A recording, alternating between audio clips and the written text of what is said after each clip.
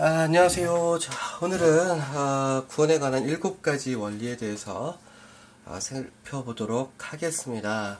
자, A4 그냥 A4 용지입니다. 반을 접으시고요. 반을 접어서 그 다음에 아래로 또 한쪽 면만 반을 접습니다. 자, 첫 번째 원리. 하나님께서는 세상과 인간을 만드셨습니다. 하나님께서 글씨는 죄송합니다.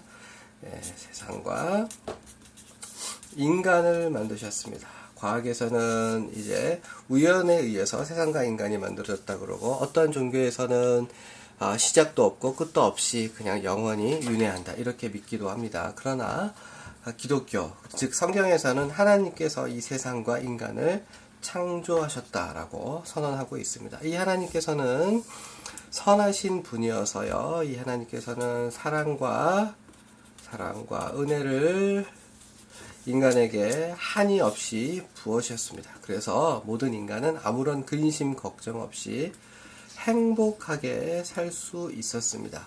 하나님께서는 좋으신 분이어서 하나님의 처음 창조하신 그 세상은 악도 없고 불행도 없고 저주도 없고 행복하게 살 수 있는 완전한 곳이었습니다. 그런데 두 번째 원리, 그러나 사람은 하나님을 미워하고 배신하고 반역하여 하나님을 떠나는 죄를 지었습니다.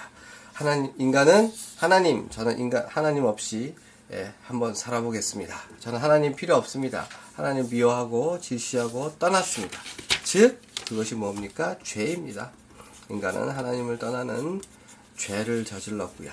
그럼 인간이 죄를 짓고 행복해졌느냐? 결코 그렇지 않습니다. 죄로 말미암아 이 세상에는 저주가 들어왔고요. 죽음이 들어왔습니다. 그래서 인간은 결국 불행해졌습니다.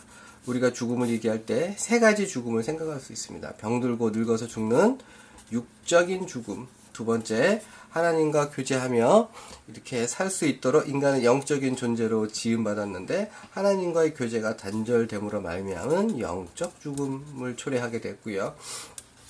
그렇게 육적으로 이렇게 죽음으로 말미암아 이 모든 것이 끝이 아니라 우리의 죽음 이후에는 심판이 있고, 그 심판을 통해서 지옥에 들어가 영원히 벌을 받는 영원한 죽음을 당하게 되었던 겁니다. 인간은 이렇게 저주와 죽음으로 말미암아 불행해졌는데요. 이것을 어떻게든 자기들의 힘으로 극복해보고자 많은 노력을 합니다. 어떤 사람은 종교에 귀의하기도 하고요. 과학이 인간을 구원해 줄 거라고 믿기도 하고요. 철학을 연구하기도 하고요.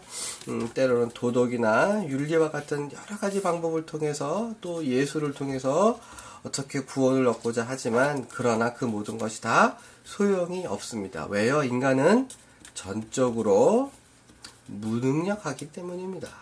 그 누구도 저주와 죽음의 문제를 결코 해결할 수 없습니다. 자, 그래서 하나님께서는 이 인간을 불쌍하게 여기시고 다시 한번 기회를 주실 것을 결심하십니다. 그래서 어떻게 하시느냐? 죄의 문제를 해결하고자 이 땅 가운데에 예수 그리스도를 이 땅에 보내주십니다. 하나님께서 예수 그리스도를 이 땅에 보내신 것은 다른 이유가 있어서가 아니라 오직 단 한 가지 이유, 인간을 불쌍히 여기시고 인간을 사랑하셨기 때문입니다. 자, 그러면 예수님께서 이 땅에 오셔서 무엇을 하셨느냐? 많은 일을 하셨는데 그것을 딱 두 가지로 정리할 수 있습니다. 첫 번째는 죽으심이고요. 죽음. 두 번째는 부활하신 것입니다. 이 의미가 매우 깊은데요. 죽음에 대해서 우리는 또 두 가지로 정리할 수 있습니다. 첫 번째로는 대신 형벌을 받으신 것이고요. 대신 공로를 세우신 일입니다. 죄를 지은 모든 인간은 그의 마땅한 형벌로 죽임을 당해야 됩니다. 하나님께서는 공의로우셔서 죄 지은 것을 그냥 그럴 수도 있지 이렇게 넘어가실 수가 없습니다. 하나님은 공의로우시기 때문입니다. 우리 각 사람은 죄를 지었고요. 마땅히 죽어야 됩니다. 그런데 예수님께서 죽으심으로 말미암아 우리 한 사람 한 사람이 죽어야 할 그 죽음을 대신 죽어주셨습니다. 예수님께서는 인간이실 뿐만 아니라 하나님이시기 때문에 그 무한하신 능력으로 그 한 번 죽으심을 통해서 모든 사람의 죄를, 모든 사람이 죽어야 될 죽음을 대신 죽으셨던 것입니다. 뿐만 아니라 대신 공로를 세우셨다라고 하는데요. 하나님께서는 인간에게 명령하십니다. 그죠? 율법의 요구, 전적인 순종을 요구하시는데, 그 율법의 명령 크게 두 가지로 정리가 됩니다. 내 이웃을 내 몸과 같이 사랑하는 것, 그보다 먼저, 목숨 걸고 하나님을 사랑하는 것. 두 가지를 요구하셨죠? 목숨 걸고 하나님을 사랑하라, 내 이웃을 사랑하라. 그런데 우리는 그 누구도 이 땅 가운데 조금 더 사랑하는 사람은 있을지 모르지만, 하나님이 요구하시는 그 완전한 율법의 요구에 완전히 순종할 수 있는 사람은 단 한 사람도 없습니다. 그래서 우리가 하나님의 요구를, 명령을 지킬 수가 없고, 그러므로 말미암아 우리는 손톱만큼의 공로도 쌓을 수가 없어요. 그 공로가 있어야 우리가 하나님으로부터 새 생명과 의로움을 인정받는데 우리는 할 수 없죠. 그래서 대신 예수님께서는 죽기까지 순종하심으로 율법의 모든 요구를 만족시킴으로써 절대적인 공로를 하나님 앞에 쌓으셨는데, 그 공로는 예수님 자신을 위한 것이 아니라 우리 한 사람 한 사람 한 사람이 하나님 앞에 내어놓을 수 있는 공로로서, 즉 대신하여 공로를 세우셨다는 겁니다. 이 공로로 말미암아, 대신 형벌 받으심으로 말미암아 우리는 죽지 않아도 되고, 대신 공로를 세우심으로 말미암아 우리가 아무것도 하지 않았지만 하나님 앞에 의롭다 인정을 받고, 너에게 생명을 주겠다라고 하는 의와 새 생명을 얻을 수 있게 된 것입니다. 자, 그리고 우리 예수님께서는 죽으실 뿐만 아니라 부활하셨습니다. 죽음과 부활은 동전의 앞 뒷면과 같습니다. 죽음 없이 부활이 있을 수 없고요. 부활이 없으면 죽음은 의미가 없게 됩니다. 무슨 말이냐? 자, 부활하셨다는 것은 죽음을 정복하셨다는 거예요. 죽음을 정복하신 거고, 죽음을 정복하심으로써 우리에게 의와 생명을 수여하십니다. 자, 이거 이렇게 넘어갈 수도 있지만 좀 설명을 드리면, 만약 예수님께서 죽으시기만 하고 부활하심이 없다, 그러면 우리는 형벌을 받을 필요도 없게 되고 의와 생명을 받을 수 있는 뭐만?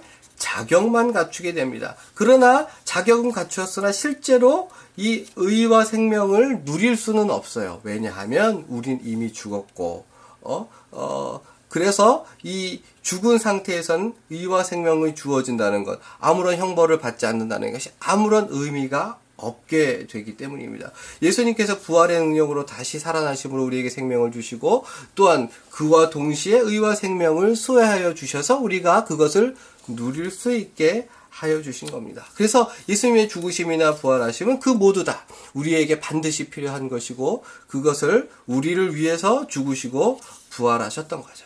자, 그러면 예수님께서 이 땅에 오셔서 죽으시고 부활하셨기 때문에 이 세상에 사는 모든 사람이 다 구원을 받느냐? 그거는 아닙니다. 오직 누구만? 예수님을 믿는 사람만. 저는 예수님 믿습니다. 예수님께서 이 땅에 오셔서 저를 위해 죽으셨고 부활하셨습니다. 제 마음에 예수님을 영접합니다. 라고 그렇게 신앙을 고백하는 사람, 마음으로 믿는 사람에게만 하나님의